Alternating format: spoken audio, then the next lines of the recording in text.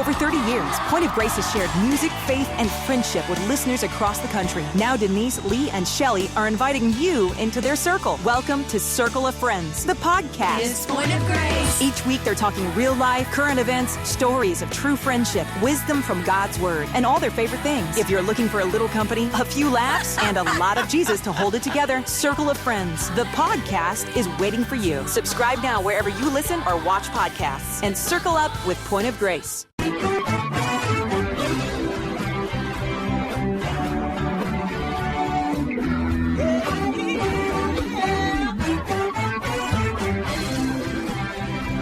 Well, hi, everyone, and welcome to Alzheimer Speaks Radio. I'm your host, Lori LeBay, and I'm so excited that you're joining us today. We are going to have a fascinating conversation, as usual, as we learn from people all around the world at all ages and stages of life. Stay tuned as we shift our dementia care from crisis to comfort. Here we go. What you think about, you will bring about dementia change. We will. Well, hi, everyone, and welcome to Alzheimer Speaks. I'm so glad you can join us today. We're going to be talking with Daniel Hight today, and he is the founder of More Than Our Story. And he's going to talk about his incurable brain cancer and the commonalities really with any chronic illness, overlaps with dementia, and so many other things. So I can't wait to have that conversation. But before we get rolling, I always like to prod people to go to alzheimerspeaks.com to our free educational resources. We have tons of things there you can grab for free, as well as our sister company, Dementia Map, which is a global resource directory. Neither of them requires you to make a profile and give us information. It's just content to grab at your ready. And for Dementia Map, we can add your information into. So reach out to me. I can give you a tour. We can talk about it. We have both free and paid profiles there. So with no further ado, let's go talk to Daniel. Well, Daniel, I'm so excited to have you on the show. I know you've been on Lance's show with All Home Care Matters, and he just spoke so highly of you, and it's taken us a while to kind of get coordinated, and I was just on your show. But the more we can raise our voices together when it comes to caring, I think the better off we'll all be. So if you wouldn't mind sharing just a little bit of background on yourself, that would be great. Sure. So, let's see. Going back to the fall of 2020, I was a consultant, and I started to notice that something wasn't quite right. My eyebrow was twitching a lot, and as it got closer to December, I'd wake up with a bloody pillow, and I'd bitten my tongue.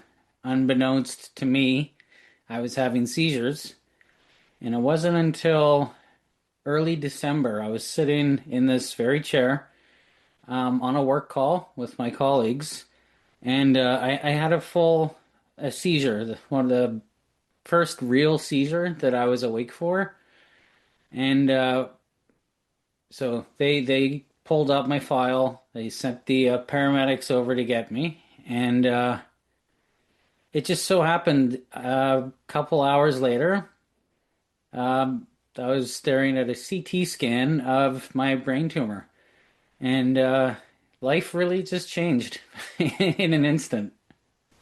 Wow, you think of little things like twitching eyebrows and stuff like that, or I cut my tongue, and I'm bleeding or whatever it might be.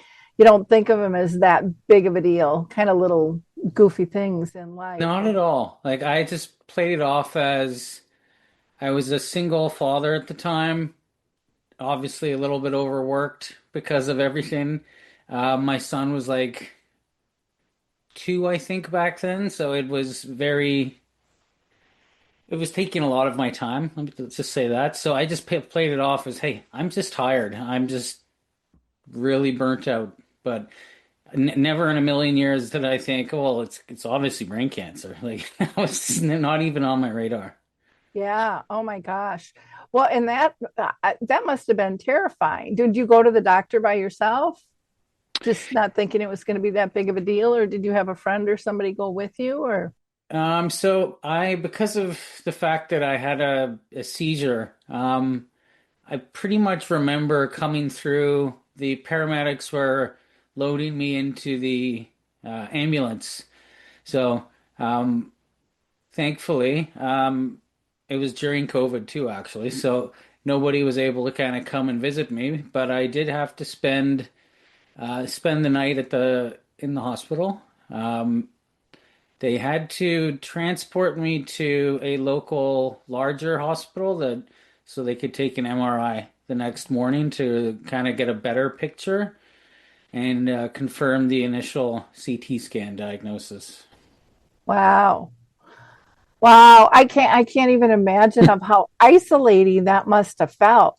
I mean, like you said, when you can't have people come and even visit you, or and just to digest that by yourself, thinking I've got a 2-year-old at home, where's this going? I don't know if I would have even been able to talk to anybody to even tell them what's going on.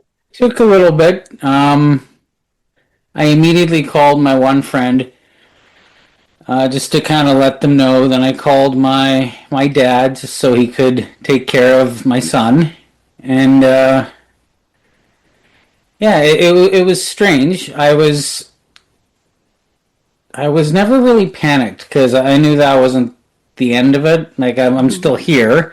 I kind of knew that that wouldn't be the end of my story.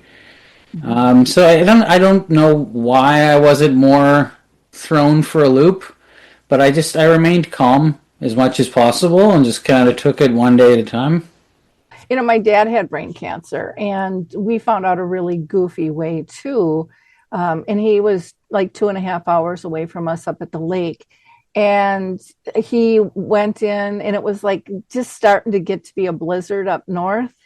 And he took himself into the doctor for an appointment, which this was before Christmas because they were supposed to be coming down. And his appointment wasn't until after Christmas. And that was highly unusual. And I remember my mom just nonchalantly living with dementia saying, oh, yeah, he went to the doctor. I'm like, well, why did he go to the doctor? Oh, he's got an appointment. And I'm like, no, his appointment's not till after the holidays.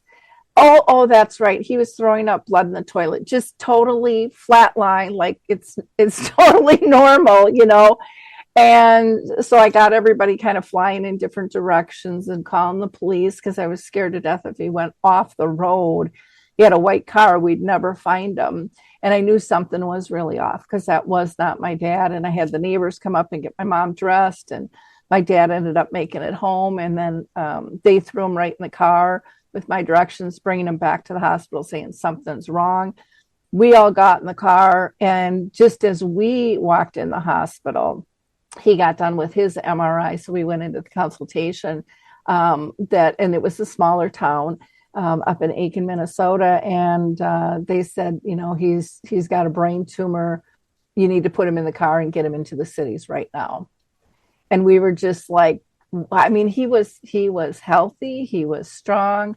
He had helped a neighbor move, and then felt a little like fluish, because he was just worn down. But he didn't really have any symptoms, other than that going to the doctor. And there might have been, I don't really know if he ever threw up in the toilet or not, because my dad said he didn't, but he must have felt off, that something was wrong. But yeah, just in that instant, your whole life changes before you. And it's, I just remember, buckling up because we didn't know, what to expect at all. So how, I would assume they did consultation, with you, after they see the initial, did they do surgery? Did you go through chemo? What happened from there? So from there, pretty much they said immediately you're going to need an operation because of the location. It needed to be while I was awake. I think that took place in the very beginning of January 2021. Operation went well. They weren't able to remove it all just because of where it was. But so the operation was successful. Again, I just wanted to get out of the hospital because it was COVID. I didn't have anybody around me. Didn't help that the hospital was undergoing construction, so I couldn't sleep. It was just really frustrating. But the biggest challenges, at least for me, were recovering from the operation. Um, Immediately after the operation, I lost almost all control over the right side of my body, and word finding was a very big struggle for me.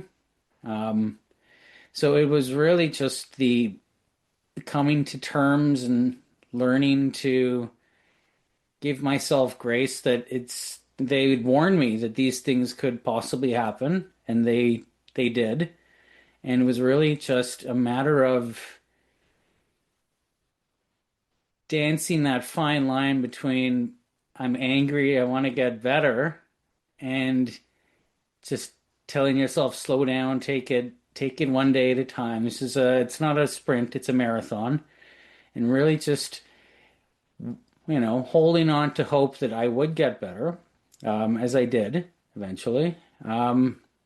But I still to this day have lasting effects from that operation. Like, I did work with a speech language pathologist afterwards, um, for coming up with techniques that I use to this day. Like even right now, I'm practicing some of those techniques for word finding, um, which I'm sure we'll touch on later. But I also get very overwhelmed in loud noises, or if there's too many sound sources or light sources, just things like that. Um, it's very easy for me to get overwhelmed, so I try to do all my like video calls like this in the morning because I find as the day progresses, my mental battery kind of uncharges a lot. The overstimulation with light and sound is really common for dementia. And I think it's really common just for me as I age, my tolerance changes. I'm 66 now and I never used to understand those things. And now I'm learning to have to appreciate those and how do I keep kind of grounded and balanced. I loved how, you're talking so openly about after surgery and the recovery and the anger and the lessons to slow down and to hold on to hope. I think all of those things, when somebody gets a chronic illness, it hits them. And how do I keep myself out of depression and keep moving along? And then you have a 2-year-old on top of it. With dementia, most of us are dealing with older children and many times, adults, and even, we have our own kids and even grandkids, that we're dealing with. So that's a very, very different situation. So I can see additional pressure with all of that. How did your son react? Did he understand anything? He was so young. That's a great question. Obviously, he knows now, but he's now 9, or turning 9, I believe, next month. He knows that Daddy had a big operation, and there was a change that happened in me. I don't think at his age he ever really understood what it was. I don't think I used the word cancer or the 2-year-old because it's just you can't. But when he stayed with his mother for a while, and when he would come back and visit, obviously, I don't know, I had 50, 60 staples across my head from the the operation. So I just remember he'd look at me and be like, "Are you okay?" Mm-hmm. But yeah, I think he's grown up. I don't even think he remembers because he was so young, me being before cancer.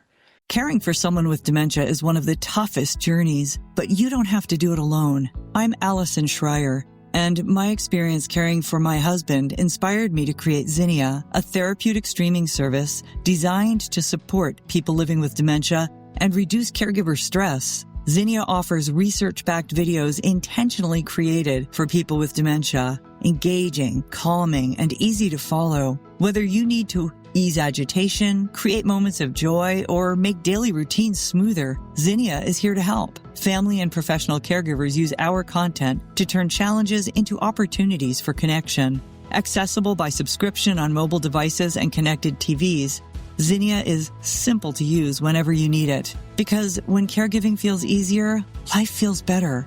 Go to zinniatv.com and sign up for a free trial today. Use the code RESOURCE for 15% off an annual Zinnia subscription.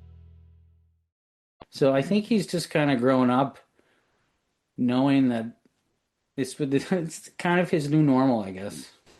Wow. I just can't imagine, but I think of like my daughter with my mom. She only knew her mom or her grandma with dementia.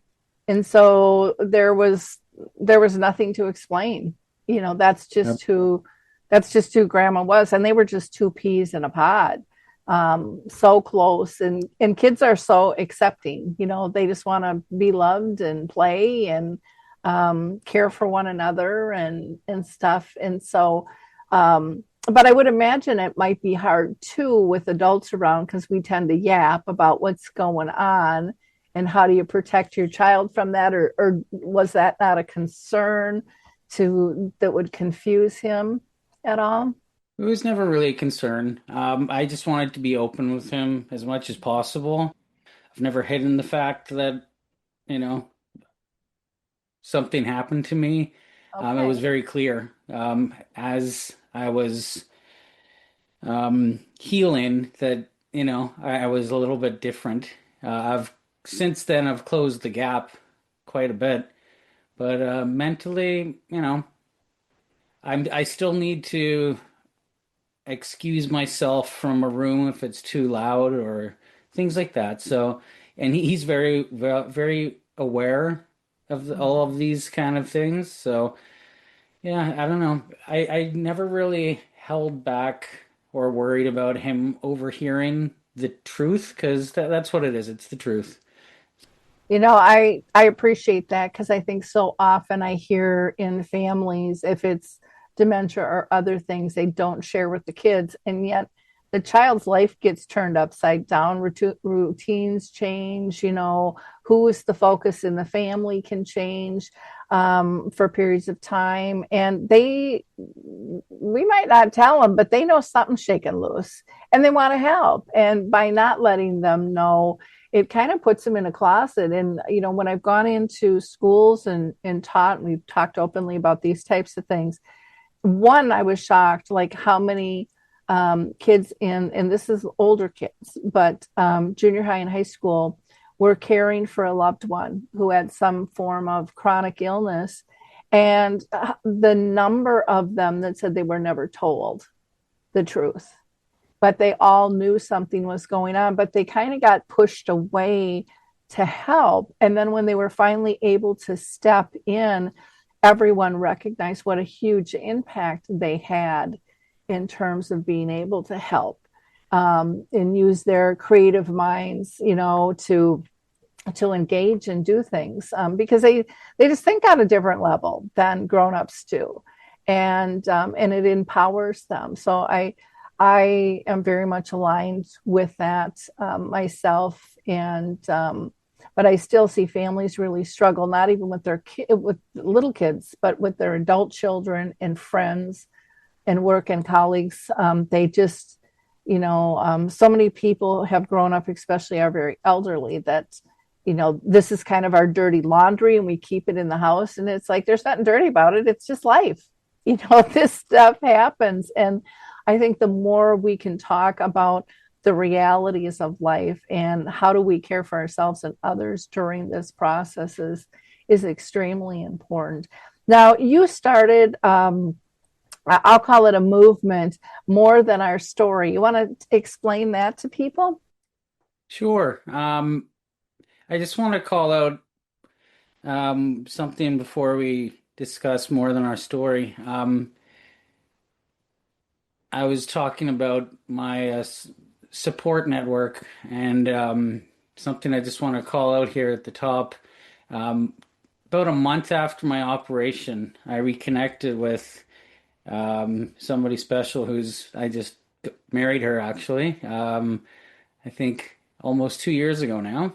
Um, Without that in my life and that in my son's life, within about a month, as I said, after the operation, she reached out to me. We had been together as kids, but I don't know. It's really kind of,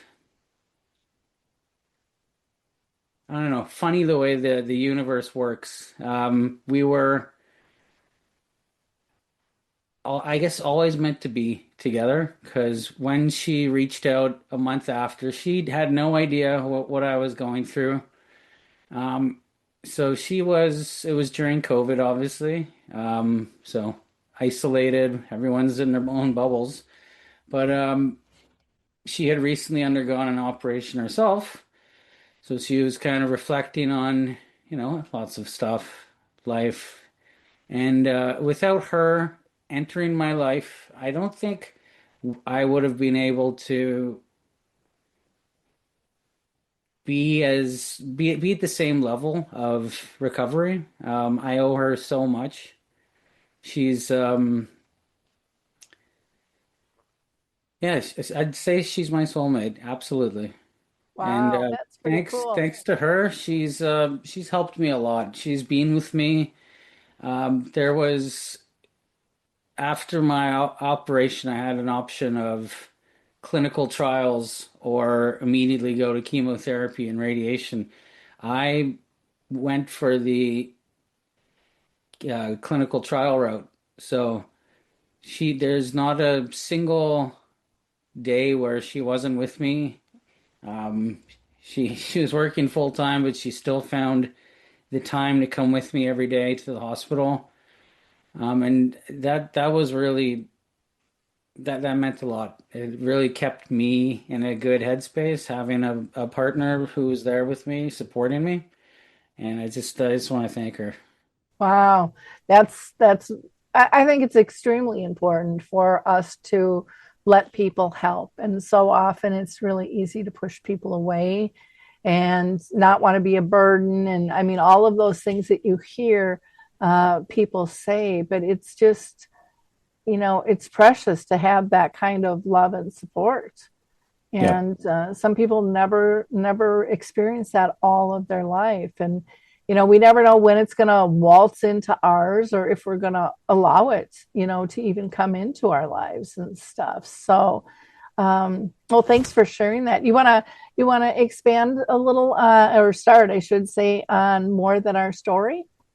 Yeah. So when I was first diagnosed, through my friend network, I was put in contact with a woman who had pretty much the same type of brain cancer, and she ended up getting operated on by the doctor who I was scheduled to at the same hospital. So this was one of those opportunities to actually form a true connection and speak to somebody who had gone through exactly what I was going to be going through. And really speaking with her was what, unbeknownst to me at the time, really became the impetus eventually to begin my More Than Our Story. Because it was through those connections and that speaking with her that I realized, like, wow, it's so amazing to be able to open up to somebody so raw. And so somebody who can understand something that almost nobody else can, it's really just so empowering. So when my ability to speak was a little bit better, and I started interviewing other people, and the whole story, the whole concept behind More Than Our Story was profiling people and having them share their stories instead of, I originally thought my idea of I want it to be my story. No, that's not how we can connect. It's about having other people connect and inspiring other people through just basically connecting genuinely and emotionally. And yeah, it was really comforting just to know that somebody else could relate to what I was going through. Yeah, I totally get that. Just with the work that I do, and I find even interviewing other people, it's healing for me still. And I mean, my mom lived with dementia for 30 years. She's been gone 10, so 40 years, of dealing with this and kind of living and breathing it. I find it still to this day healing for me, who wasn't the one diagnosed, but I was a family member. Um, but I also hear from others, which I'm sure you do, like, thanks for listening. Thanks for allowing me to share my story, because people don't understand what I'm going through. No matter how many ways I say it, they don't really understand it. But getting in a community where they feel understood and heard and validated, and then you also get the new people in that just want to learn. A lot of times people don't want to hear what you have to say. I would imagine you might have experienced that as well, which is pretty common, and then they just kind of go off their own way because they emotionally, in my opinion, can't deal with it. So they choose to walk away sometimes when people have a chronic illness. Did you experience that as well, or? I don't think I ever experienced people walking away per se. I've always been very open and transparent about everything. Um, I find, talking about my own journey is a cathartic thing. And I think having other people share, that's also cathartic. It's also a way to connect us together and really remove some of that isolation. You were just talking about people walking away, maybe not connecting. Um, through sharing our stories, we're connecting together, we're creating a network, and it really helps to remove some of the isolation. I'm sure you've experienced that yourself, dealing with people with dementias and Alzheimer's. Often they get diagnosed and then they kind of hole up and they shut the world out. Yeah, I think just how we talk about dementia, a lot of times people feel shameful, like, they're just ashamed, and they've heard these stories of other people walking away and their world getting really small, and they are, having to quit their job or getting fired when they're still capable in earlier stages and stuff. So kudos to you that you didn't have people that walked away or chose not to answer the phone, or you know um, just the little things. It's kind of gut wrenching to watch, and I can't even imagine experiencing that on a personal level. But I'm a huge believer that we can learn from everybody's story, and that there are so many more commonalities of how do we adapt and how do we care, through this. So one of the things I wanted to talk to you about was, side effects with your clinical trial. I would imagine this in some shape or form that was still pharma related, because that's typically what they are. Did you have side effects that challenged you during that period of time, or were you a lucky one there? I was rather lucky. I've been doing some form of treatment from between the years of 2022, right in January. I think I started my clinical trial. and I finished my last round of treatment spring of 2025, so last year. The clinical trial was the first part of that. Thankfully, I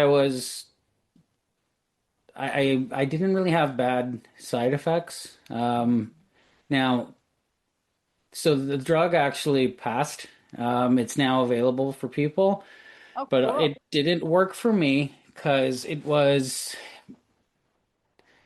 a little bit too harsh on my liver. So we had to pull back the dosage level to the point where my tumor grew again. Mhm. So then I had to go on radiation and chemo, which that was not fun. It was about 6 weeks daily chemotherapy, and every weekday I would have to drive down to Sunnybrook in Toronto and get radiation. So I think in the end it ended up being, I did the math, um, 13 kilometers shy of driving from Toronto to Mexico City in those 6 weeks. Holy cow. Yeah, so that's when I say I was very lucky to have my wife and a great support group and great friends. Want to keep God's Word with you wherever you go? The King James Bible Study KJV app by Salem Media makes it easy to read, study, share, and pray daily with the timeless KJV translation. Enjoy features like offline access, audio Bible listening, smart search, and tools to highlight, bookmark, and take notes, all designed to keep your Bible study simple and organized. Best of all, it's free to download in the Google Play Store. Grow in your faith every day. Search for King James Bible Study KJV and download the app today. That's why. Like, nobody can do that on their own. And it's unfortunate that some people do have to. Mm-hmm. Yeah, exactly. And well, and even just the driving and being out of the house can be wear and tearing that a lot of people don't understand how exhausting that can be, just getting to and from the doctor. Or I've heard, I know my dad said, "Oh, I'm not having any side effects," and then all of a sudden, boom, okay, they've hit now. Because Yeah. he's like, at first he was like, "Oh, this won't be too bad," and for him it was really more just the exhaustion. He didn't, and there's so many other types of side effects that he could have had, with his brain cancer, but he felt really lucky. He was just tired, much more tired. Like for me, after my 6 weeks were over, um, took a little break, had another MRI. I get them quarterly, just to kind of monitor. And then they hit me with, "Hey, you got to do another year of chemo." So that wasn't a nice thing to hear, but you got to walk through the fire, kind of, so to speak. Mhm. So I met it head on, but it was, to your point, it was a little exhausting.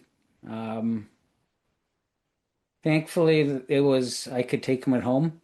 I just kind of had to go in once a month to give blood work and all that stuff. But thankfully, it was at home and it was pill based. It wasn't IV, so I, I I, was I just handled it fairly well. Okay. I was just going to ask you if by then it was pill based, because Yes. initially was it intravenous when you were going? Um, no, it was never intravenous, thankfully. Okay. Yeah. Well, I'm going to just take a pause here in case anyone's just jumping in and listening to the show right now. We were talking with Daniel Hight.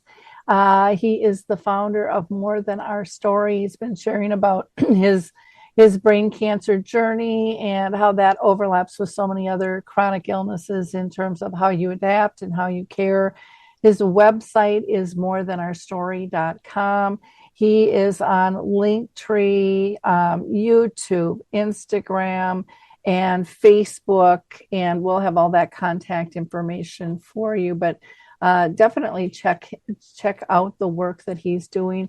I always like to give a shout out to my webmaster, which allows me to do what I do, Q for Good. I just think they're fantastic. And so if anyone's looking for a webmaster, check them out. They really, especially like to do things that a focus on social good too.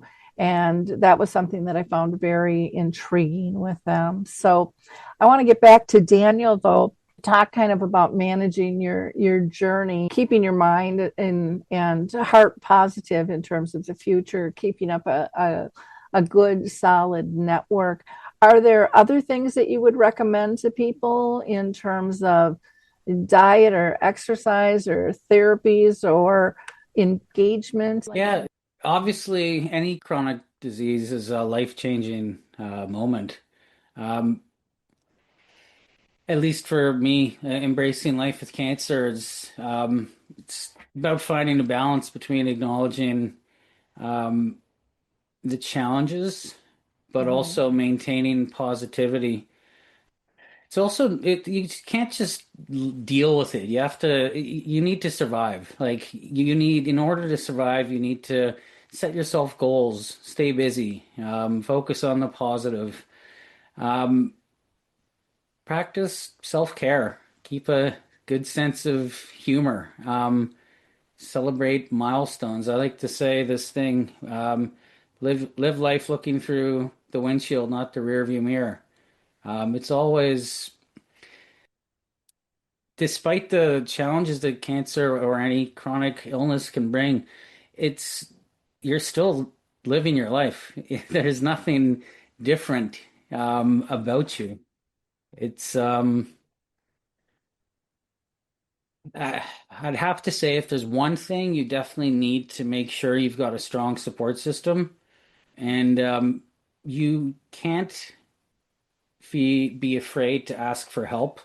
Often we were ashamed to ask for help. It's not a vulnerability. In fact, it takes bravery and courage to ask for help, which I think needs to be said there. We need to normalize um, vulnerability in today's society. I like that you mentioned that it is brave because again, we live in this world where we're supposed to handle everything ourselves. I mean, that's our perception of what we've been taught, and we need to be strong and just push through it. And yet, community and feeling like you still belong and participate is huge. Being there to help somebody else lifts us up. We want to do that. It makes us feel good when we can help. And by putting up that wall, then we're denying people that ability to help others. And I don't think people look at that enough. Like, again, how do you feel when you help somebody? You feel pretty good. You're glad you were able to do that. And you want to make a difference in someone's life. You want to support. I mean, not everybody in this planet feels that way, but a lot of people do. And so don't deny them that. We look at even studies like the blue zone, and they talk about, if you live here and it's diet and this, but really the primary thing is about community, being there for one another. When we live with purpose, we live longer, we live better. So, if you want to live a good life, that's part of it, Yep. and you can always play it forward at another time. Or maybe you're the person who always has played it forward. So people really want to come out for you. And if you put up that wall, they almost feel offended. Like, well, I thought we were friends, and then, they're pushing me away. I don't understand this, but those things are not talked about. So I think that's really good advice. I want to make sure I got your quote right. Yep. Live life looking through the windshield, not the rearview mirror. What has cancer taught you? It's taught me that despite the challenges that it brings to every day, life isn't over. You've got to make the most of every moment. You got to create a bucket list and chase it. It's given me purpose and perspective. I'm very proud of what I've managed to accomplish with More Than Our Story. Um, that has given me a sense of purpose. Um, it also reminds me of the importance of reaching out. We're all on this journey together. And the more we reach out, the more we realize we have in common. Um, so I wouldn't change a thing. Wow. I think those are beautiful things that you said, the purpose, the perspective, the reaching out, living life to the fullest, really focusing on our commonalities versus our differences. And then it's perfectly fine to have that bucket list, reprioritizing life. I hear that from people all the time who have a chronic illness of like, okay, life might be getting a little shorter. So what do I really want to get done here? And kind of reestablishing values. And yet, even when a chronic illness hits, we have no idea what our time frame is going to be. I know with my dad, they said 1 to 1.5 years, and he lived 4.5. With my mom, they were like 5 to 7, and that was pushing it, and she lived 30 years. I mean, you don't know. And I also, in talking with so many people with dementia, they say purpose is just critical to them. And many will say, I've never felt a purpose like this before. I always thought I lived purposely, but this is very different and feeling purposeful. And many of them say that they believe that having that purpose in their life extends their life and their quality of life as well. I don't know if you would agree with that. Hands down, yes. The lifelong friends I've made through more than our story as my purpose. I could go on for hours about it.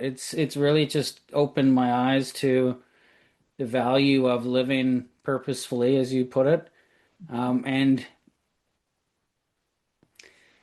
yeah, I could go on forever about it. It's really just you hit the nail on the head with that. Living purposefully makes living with a chronic disease more manageable. Well, and the other thing, when you talk about your network, I think about we all have a lot of friends, and even like with Facebook, oh, I got thousands of friends and likes, and people focus on that. And those are people that really don't know you. They might even be bots. I mean, we don't know. But a lot of people have, they've dove into this social media and this presence, and everything has to look perfect, which is really stressful. And what I found with illness, once you decide you're going to open up about it, there's this level of authenticity and this peacefulness and this comfort that comes that is almost unexplainable. And then even like with people that come to like my memory cafes and stuff, they say it's their lifeline. They feel safe. And it's critical to feel safe and comfortable and be able to be honest, not have to put on a show if you're not feeling good or if you're having some symptoms. No one's questioning it. They just get it. It's part of life, and they're dealing with it too. And the bonds that are made, and I hear this all the time, and I hear it from families a lot of times. Oh, I don't know if I want them on a social media group, because maybe they're homeward bound, or maybe it's just one of the things that they do now because they can't work. They worry about being scammed. Those things, in my opinion, from what I've heard, and I've been doing this for, over 10 years now, those are really rare. But the friendships and the depth of these friendships is off the charts and almost instantaneous. Mm-hmm. And people feel, like you had said, your wife is your soulmate, but they feel these soul friendships, this just interconnectedness that can't be explained. And they can reach out to these people any time of the day or night to talk, to vent, to get advice, or just chat about a day. they are accepted on all levels. Looking for a simple way to stay rooted in God's Word every day? The Daily Bible Devotion app by Salem Media gives you morning and evening devotionals designed to encourage, inspire, and keep you connected with Scripture. Plus, you'll enjoy daily Bible trivia and humor, a fun way to learn and share a smile while growing in your faith. Get the Daily Bible Devotion app for free on both iOS and Android. Start and end your day with God's Word. Search for the Daily Bible Devotion app in the App Store or Google Play Store and download it today. And that's pretty dang cool in my book. You mentioned authenticity. Absolutely. There's something when you speak to somebody who's going through, it doesn't have to be just opening up yourself. It's so cathartic and so therapeutic. It's you really can't put into words how valuable that is. It's a genuine connection that's formed, and it's lifelong, like you mentioned. I still speak to many of the people who I have had on More Than Our Story almost daily. I'm just thinking about them all right now. Many people who I'd consider my best friends now. I just reached out to them and we had a conversation about whatever it is that they were struggling. And it's really beautiful and also very genuine.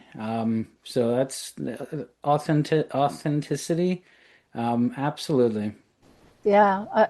People say that they can trust one another. They just, and again, that's a hard thing to find in the world that we live in these days, and one last question I'd really like to ask you is, do you have any advice for anybody going through a health challenge right now? And it might be big or it might be small, but I think they're all interconnected.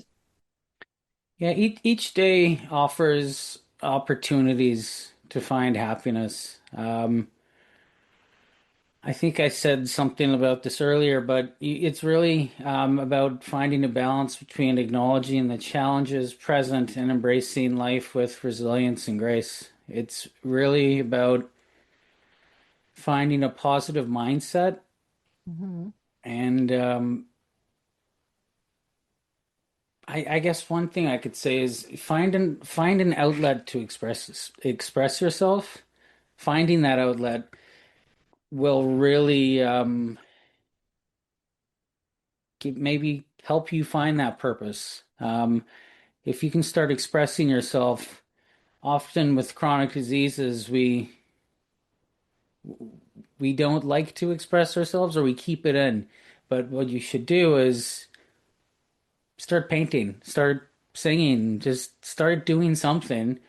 And that expression, it's shared with other people.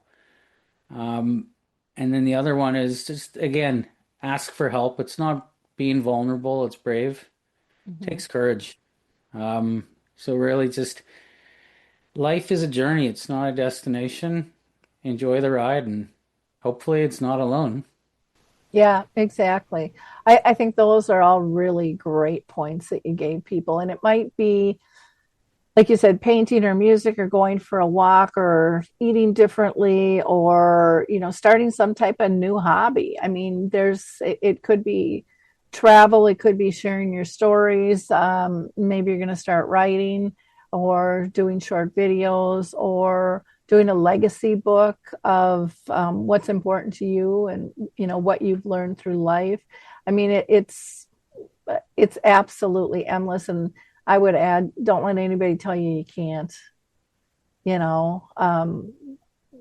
If you want to do it, go for it. As long as it's not harming anybody else.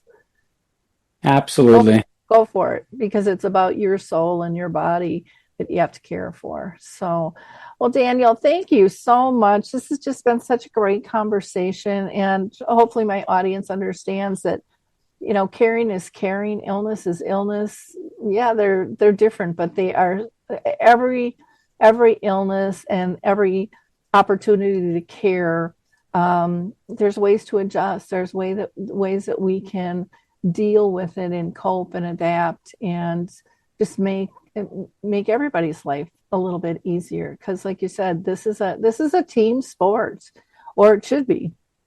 And that is absolutely critical. So for our audience, I always ask them to be a giver of hope. Like, click, and share the show. It might be on one of the podcast platforms or the YouTube channel or blog. It doesn't make any difference. But just let people know that there's hope. There's voices that they can hear that might make their journey a little bit easier. And to me, that's critical. I know how lonely that journey can feel as a family member or a friend supporting someone. And, someday I might be on the other side where I'm diagnosed, and, I'm going to want that information. But, when you get hit with this stuff, you don't know where to go. You don't know how to find it. There's a lot of clinical information, which is good. We need that. But the clinical information doesn't tell you and guide you on options on how to live your life and how to adapt on a daily basis, which I think is the key piece that I hear from most people. And I don't know if you would agree with that or not, Daniel. Absolutely. Yep. 100%. It's don't let anybody tell you you can't do something. This reminds me of something. When I when I was done my operation, my first challenge physically was to be able to walk to the bathroom. And then less than a year later, I started my fitness journey, and I completed a half Ironman. Oh, wow. So I just and I've continued along that fitness journey, and I think it's truly the endorphins, and I think the proving to everybody that I'm still here, I can do what I set my mind to. Don't listen to the doctors. Well, listen to them. I should clarify that. But don't take what they say or you can't do to heart, because if you want to do something within reason, you can and you will. Yeah, and it wouldn't hurt to get medical advice if you're really going to go for something. I would imagine in training you got to ease yourself in, for your body and things like that. But you hear and see people of, oh, they've been told they're never going to walk again, they're never going to talk again. They're so many different things. They don't know that they're not God, and a lot of what happens in our own life is up to us. And how much effort are we going to put into it? If you're not going to put in the effort to do, your Ironman, you're not going to do your Ironman. You have to be committed to achieve things. So, and that's with or without a disease. If you don't make a change in how you do things, your outcomes are going to remain the same. So give it a try. In dementia, for example, people will say, oh, they can't do art. They can't learn anything new. And it's incredible what people learn and the artwork they put out and the calmness that they say that gives them. That when they're in the zone of doing art, for example, that their symptoms kind of melt away. And they feel very enabled, very purposeful, very just very calm and happy, so go after that calm and happiness. Really start analyzing in your life, what makes you feel good, and duplicate those things, and don't forget to tell other people what you want to be surrounded by. So again, Daniel can be you can get more information by going to his website, morethanOurstory.com. He's on Linktree under the same thing. Same with YouTube. Same with LinkedIn, Facebook, Instagram, which is rare that someone's actually captured them all in their consistent. So kudos to you. And then your email is daniel@morethanOurStory.com. Thank you again so much for sharing your journey and your insights with us. Really appreciate it so much. My pleasure. Thank you for having me. So in wrapping up, again, I hope you enjoyed this show. I sure did. And please visit Alzheimer Speaks and check out all of our wonderful free educational resources. And then, of course, our sister company, which is a global resource directory called Dementia Map that has 150 different categories you can search.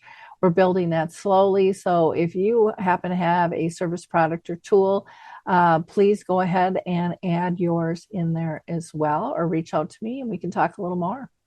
Have a fantastic week, everyone. Bye now. Are you a senior looking for unbeatable benefits? Join AMAC today and enjoy discounts on insurance, travel, restaurants, and retail. Plus, get 6 issues of our award-winning AMAC magazine packed with trusted news and insights. AMAC stands strong in defending America's future, bringing the voices of over 2 million members to our elected officials. For a limited time, get a 1-year membership for just $1. Don't miss out. Join now at amac.us/join now. That's amac.us/join now.